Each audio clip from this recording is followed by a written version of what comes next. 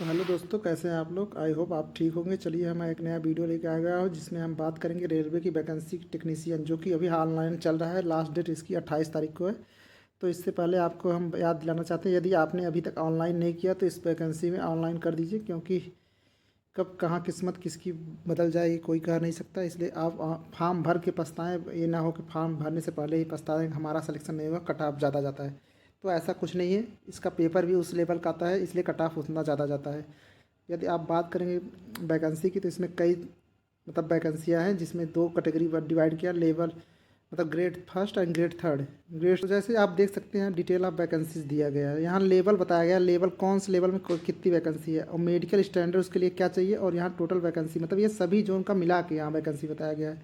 तो सबसे पहले इसमें देख सकते हैं टेक्नीशियन ग्रेड फर्स्ट सिग्नल का। तो ये लेवल 5 की जॉब है, और इसमें मेडिकल स्टैंडर्ड B1 चाहिए, और टोटल 183 वैकेंसी है। इसी प्रकार आप देख सकते हैं ग्रेड थर्ड, ग्रेड थर्ड इधर भी ग्रेड थर्ड। तो ये जितनी ग्रेड थर्ड वाली वैकेंसी है, यहाँ से यहाँ देख सकते हैं, तो उनका लेवल 2 की जॉब है, जिनका बेसिक अलग होता है। इसमें मेडिकल स्टैंडर्ड देख सकते हैं B1 मांगा हुआ है। उसका टोटल वैकेंसी देख सकते हैं आप, यहाँ वैकेंसी दिया हुआ है। तो यहाँ मैक्सिमम वैकेंसी आपको देखने को लेवल ग्रेड थर्ड में ही दिखेगा। इसका टोटल 6238 वैकेंसी है। तो यहाँ हम देख सकते हैं, सिर्फ यहाँ लेवल 5 की बस 183 वैकेंसी है। तो इसमें से 183 आप माइनस कर सकते हैं। अब यहाँ सेंट्रलाइज ये अच्छा, यहाँ ऑनलाइन डेट का दिया गया है। यहाँ कब से शुरू है इसका देखिए। ऑनलाइन एप्लीकेशन स्टार्ट है 28/6 से, और इसका इसका लास्ट डेट है 28/7 को। तो ज़्यादा दिन बचा नहीं हुआ है। अगर आपने भरा नहीं है तो भर दीजिए, क्योंकि यहाँ उसके बाद इसका करेक्शन डेट आएगा 1 तारीख से लेके 10 तारीख के बीच में, वो भी 8वें महीने में। उसके बाद यहाँ फिर दिया गया है। हाँ, यहाँ सबसे ज़रूरी बात इसके आप सब देखते हैं कि पैसे कितने मिलेंगे। तो यहाँ टेक्नीशियन ग्रेड 1 में बात करें, सबसे पहले लेवल 5 की जॉब है। इसका बेस इनिशियल पे 29,200 है।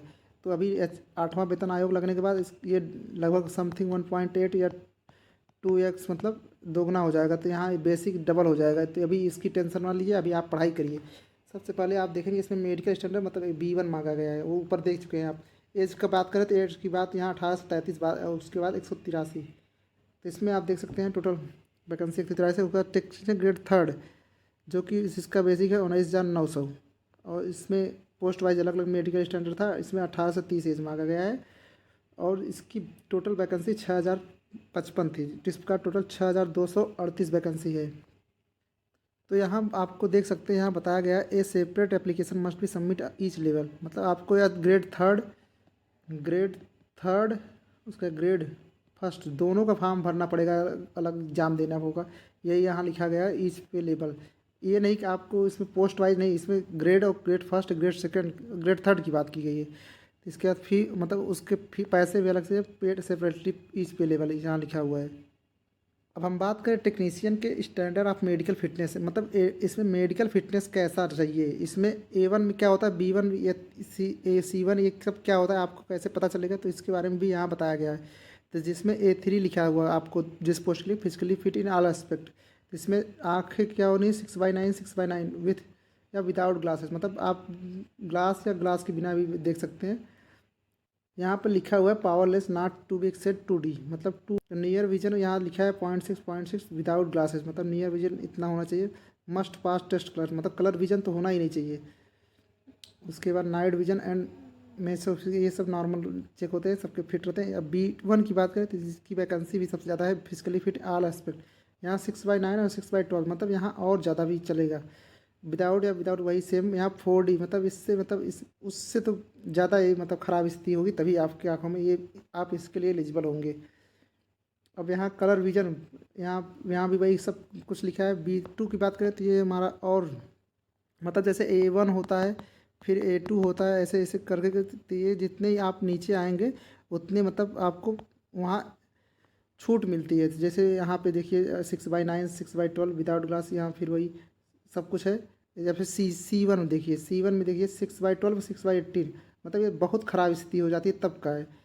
अब ऐसे यहाँ देख सकते हैं एक इंपॉर्टेंट पॉइंट दिया गया है, candidate have undergone LASIK surgery और यानी other surgical procedure to correct refractory error are not eligible, यहाँ सर्जरी आप कराए होंगे तो नहीं एलिजिबल है। यहाँ सीधा लिखा हुआ है वो। अब बात करें नेशनलिटी की। नेशनलिटी में आपको तो पता ही है, इंडिया, नेपाल, भूटान, ये रेलवे की वैकेंसी हर बार होता है एलिजिबल। और यहाँ कुछ और दिया गया है जिससे माइग्रेट वालों के लिए, तो ये सब देख सकते हैं, जो हो पढ़ सकते हैं नोटिफिकेशन। यहाँ एज लिमिट की बात आप पहले ही कर चुके हैं, हम आगे बढ़ते हैं अब टेक्नीशियन। हाँ, पे लेवल 5 और अंडर 7 CP, मतलब इस 7वें वेतन आयोग के हिसाब से दिया हुआ है। तो यहाँ SC ST को 5 साल, OBC को 3 साल की छूट मिलती है। उसके बाद हम आगे देखेंगे एक्स सर्विसमैन के उस हिसाब से दिया है। जैसे देख सकते हैं यहाँ OBC और जनरल का आराम से 500 फीस हर बार आता है, जो कि जिसमें से आपको 400 के अराउंड समथिंग वापस आते हैं अगर आप परीक्षा देते हैं। और SC ST और एक सर्विसमैन और फीमेल का ये तो 250 है। तो आप देख सकते हैं यहाँ किसी तरह का कोई छूट नहीं है।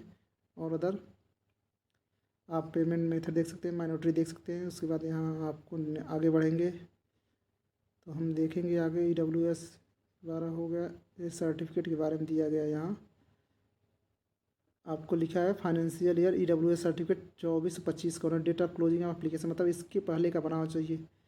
पीरियड देख लो, यहाँ पे पढ़ सकते हैं आप, सीधा सीधा लिखा है। उसके बाद लिखा है बिलो 8 लाख। उसके बाद सब ऐसे ही OBC SC ST का भी लिखा हुआ है सीधा, जैसे पढ़ सकते हैं हम यहाँ कौन से फॉर्मेट में डालना चाहिए। क्रीमी लेयर, उसके बाद OBC creamy layer certificate after अप्रैल, मतलब OBC सर्टिफिकेट आपका आफ्टर अप्रैल 2025 होना चाहिए। और एप्लीकेशन के पहले का, मतलब इससे पहले का होगा तो नाम आपको DB में मान्य नहीं होगा। यहाँ लिखा है DB and OBC claiming reservation must be submit OBC certificate, मतलब। और लिखा है failure do will result their claim reservation will not be accept, मतलब यहाँ आपका रिजल्ट में नाम नहीं आएगा, उसके बाद जिम्मेदार आप ही होंगे। अगर आप ये सर्टिफिकेट लगा रहे हैं, अगर आप ये सर्टिफिकेट लगा रहे हैं और आपके नंबर ज़्यादा है, मतलब आप जनरल क्वालिफाई कर रहे हैं, तो आपको जनरल में काउंट कर लिया जाएगा। General awareness, general reasoning, basic computer आएगा। उसके बाद मैथमेटिक्स है, उसके बाद बेसिक साइंस एंड ये इंजीनियरिंग, ये सब मतलब दिया गया है, आप पढ़ सकते हैं अगर आपका हो तो वीडियो रोक कर। उसके बाद हम बात करें, ये यहाँ ग्राफ बना के दिया गया। जनरल अवेयरनेस कितने क्वेश्चन आएंगे 10, उसका रीजनिंग के 15, उसके बाद कंप्यूटर एंड एप्लीकेशन 20, मैथमेटिक्स के 20, बेसिक इंजीनियरिंग साइंस 35, टोटल इसका 100 हो गए। तो इसी प्रकार लेवल 2 का टेक्नीशियन ग्रेड 3, मतलब इसमें भी 90 मिनट वही 100 क्वेश्चन 1/3 सब कुछ सेम। बस इसमें आपको सिलेबस में थोड़ा सा अंतर देखने को मिल सकता है। यहाँ क्या है, मैथमेटिक्स हो गया हमारा, जनरल इंटेलिजेंस एंड रीजनिंग हो गया, जनरल साइंस आ गया। यहाँ वहाँ इंजीनियरिंग था, यहाँ साइंस, मतलब साइंस है सिर्फ, वहाँ इंजीनियरिंग के साथ साइंस था। और जनरल अवेयरनेस यहाँ आपको सीधा सीधा दिया 25-25 + 40 चाहिए, जिसमें ये काफ़ी इंपॉर्टेंट रोल प्ले करता है नंबर बढ़ाने, क्योंकि सबसे ज़्यादा यही आ रहा है। अब वही कहना चाहेंगे, आपने भरा नहीं है 500 रुपये के चक्कर में, तो आप भर दीजिए। और ऐसा ना करिए कि हाँ जहाँ से भरें वो जो दूर हो और जाने में भी दिक्कत हो, तो ऐसा कुछ नहीं। पिछली बार का कट ऑफ देखेंगे तो आप देखेंगे जिस जोन में सब बताते हैं रेड जोन है, उसी जोन का कट ऑफ लोएस्ट, मतलब सबसे कम गया है। इसलिए आप अपने आसपास के ही जोन से भरिए, मैं तो यही कहूँगा। बाकी आप देख सकते हैं यहाँ। अब यहाँ क्वालिफ़िकेशन, मतलब यहाँ लेवल 5 और सिग्नल का क्वालिफ़िकेशन दिया है क्या है, bachelor in science physics electronics computer. तो यहाँ क्वालिफ़िकेशन के बाद BSc इन कम्बिनेशन ऑफ सब stream physics electronics computer science है, ये सब, मतलब आप इसमें से इसमें आपको देख सकते हैं 3 ईयर डिप्लोमा भी है। यहाँ पे 3 ईयर डिप्लोमा है, तो उसके बाद कम्बिनेशन वही रहना चाहिए। उसके बाद बेसिक डिग्री इन इंजीनियरिंग, यहाँ सब, मतलब आप सिग्नल लेवल 5 वाले में सिग्नलिंग, मतलब सिग्नल से बनना चाहते हो तो आपके पास इतने में से कोई एक क्वालिफिकेशन हो चाहिए। अब लेवल 2 की बात करें, इसमें SS, मतलब high school plus ITI matriculation pass होना चाहिए।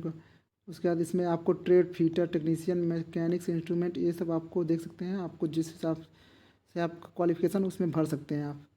जल्द आप फॉर्म भर दीजिए। और परीक्षाएं अभी होने का कोई ऑफिशियल नोटिफिकेशन नहीं आया है, इसलिए पहले फर्स्ट आपको होना चाहिए फॉर्म भरे।